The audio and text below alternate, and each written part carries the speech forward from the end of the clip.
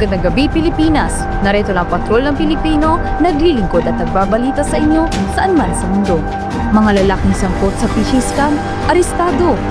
Narito si Elia sa kabilang linya para sa madagdag na balita. Maraming salamat, Ashby.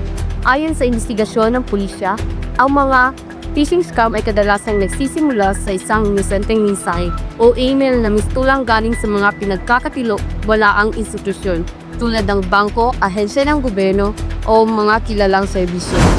Hinihimok na mensaheng ito ang biktima na i-click ang link o magbigay ng kanilang login credential para raw sa pag-verify ng account o pag-aayos ng problema. Ngunit sa sandaling sumusunod ang biktima, nagagamit ang kanilang personal na impormasyon para sa identity thief, hindi autorisadong transaksyon o mas malalaking cyber attacks. Andito ako ngayon sa presinto kung saan kasalukuyang nakadetain ang mga suspect. Sa ngayon, tumatanging magbigay ng pahayag ang mga suspect sa kanilang sinasasangkutang kabilang.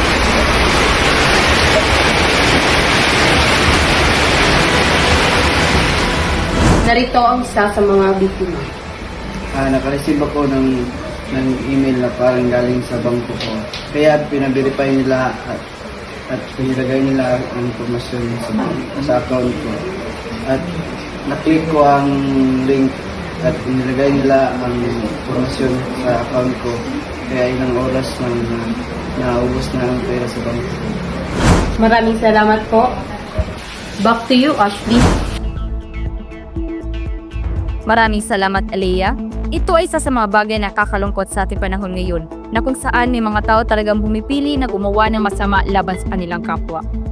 Muli, ito ang tagapatrol ng bawat Pilipino, naglilingkod at nagbabalita sa inyo saan man sa mundo. Magandang gabi.